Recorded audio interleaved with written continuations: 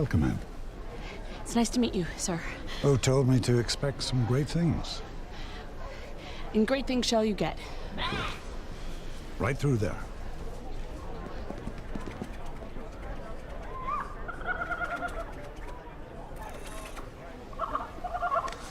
Wait! Don't touch him!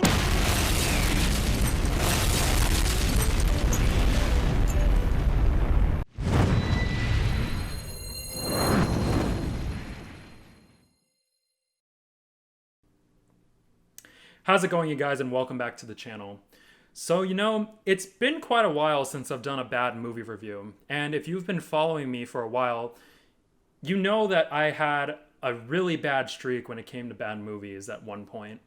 But here I am again, finally doing a bad movie review. Today, we're talking about Men in Black International.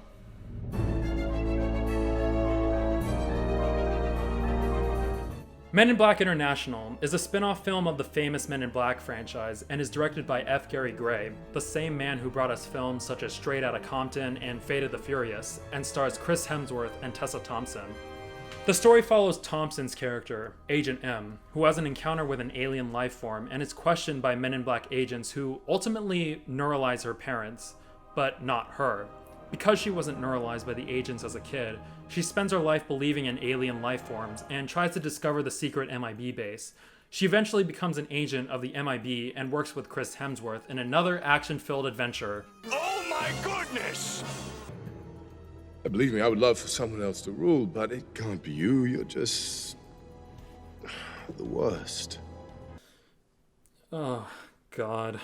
Now for me, I've always enjoyed the Men in Black films, and they've always managed to entertain audiences everywhere. And despite some of the flaws that some of the sequels had, you can still find some enjoyment in them. But it's safe to say that the franchise has been carried thanks to the talents of Will Smith and Tommy Lee Jones, and they are the reasons that people kept on coming back to watch these films.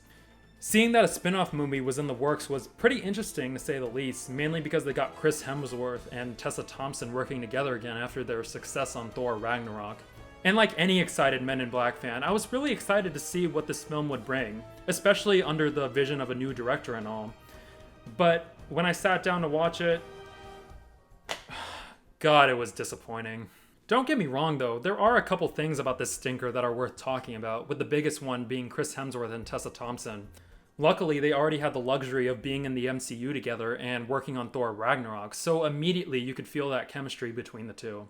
I think the two really knew how to work off of each other well, and you can see them having fun with their performances. At times. I was also really glad that they decided to bring back Emma Thompson for this movie, and seeing her on screen managed to make me smile every time. But at the same time, it was pretty disappointing considering that she only had about 5 to 10 minutes of screen time, and her only appearances were in the beginning and the end of the movie. I mean, come on, movie. If you're gonna bring back Emma Thompson in this movie, maybe you could utilize her a little bit more, because that would have made the story a little bit more interesting. And maybe you could have her do this again. Unfortunately, though, other than the fact that Chris Hemsworth and Tessa Thompson had some amazing chemistry, as well as having the sort of inclusion of Emma Thompson, that's really the only bit of positive that I can give about this movie. I'll start with one of the biggest letdowns of this film, and that first thing is the comedy. And as we all know, the Men in Black franchise lives off the comedic bits in its movies, but it's practically non-existent for International. And throughout this film, they really try hard to make these jokes work, but at the same time, they always end up falling flat on their face. And as I was watching this movie, I just sat there with a blank expression every time they made a joke. I don't think I even laughed once. It felt like the movie just had like a big sack of jokes, and it just decided to dump it on you every few minutes it got. And it really tried to hammer in on that delivery. They're just like, hey look, this is funny, laugh already, laugh, and it was just kind of cringy. And with actors like Chris Hemsworth and Tessa Thompson, they're talented and can be funny when the script calls for it, as we've seen them do perfectly in Thor Ragnarok. And thinking back to Thor and Thor the Dark World, at the time I remember thinking it was so unbelievable that they turned a Shakespearean god into one of the most comedic heroes. Chris Hemsworth always managed to make these jokes work, and it came as such a surprise considering the tone of the previous Thor films. Here, however, Hemsworth is trying really hard to sell these jokes, but the fact that there's so little energy throughout this movie, as well as the writing for these jokes, it just felt stale. There's also the fact that every scene that contained a joke, it felt like it just dragged on for ages as they were trying to make you laugh. They're like, laugh, laugh, laugh. And you know, as I think back on all the scenes that had these jokes, it seemed like the film would have been a lot shorter if these scenes were just trimmed down entirely. I'm not saying that I disliked Hemsworth and Thompson in this film, but like I stated earlier, the Men in Black movies always seem to succeed because of Will Smith and Tommy Lee Jones.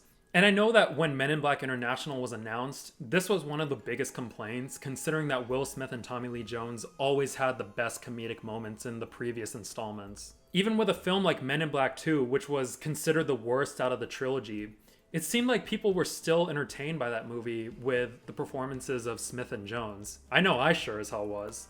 And you know, even like a 10-second cameo from one of the two would have made this film probably just a tad bit better, don't you guys think? Other than the fact that the comedy in this movie was just non-existent to begin with, the other problem I had was with the story. I'll just preface what I'm about to say right now by stating that I haven't seen the first Men in Black film in years, so my memory might be a little bit fuzzy. Much like how Terminator Dark Fate was basically doing a whole redo on Judgment Day, it felt like this film was doing the same thing with the first Men in Black film with its whole setup. From the moment we see Tessa Thompson all grown up and trying to seek alien life, as well as stumbling upon the MIB crime scene, it just started to feel like a rehash of the first film with Will Smith becoming an MIB agent. Maybe I'm wrong, but I don't know. You guys tell me. As we progress further into the story, we see the villain is some sort of terrestrial being, and we see them encounter Hemsworth and Thompson throughout the movie. And it was at this moment when they first introduced the villain that I knew this movie was in trouble. This.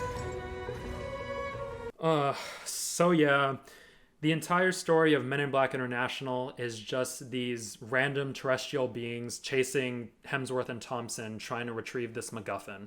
It was about as generic as any movie could get, and seeing that the comedy was already pretty stale to begin with, this just made the film a lot worse. As well as for the terrestrial beings in this movie, it really just seemed like they were there just to look cool and be bad guys. I mean, really think about it if you've seen this movie. They show up, they look pretty cool, they have some crazy ass powers, they probably only get like 10 minutes of screen time, and they only say about 5 lines. And on top of all that, this is a minor spoiler if you haven't seen the movie yet, but honestly, who cares, because this movie is just one big flop. The last time we see them, they instantly get taken out, despite the film establishing that they were super powerful beings.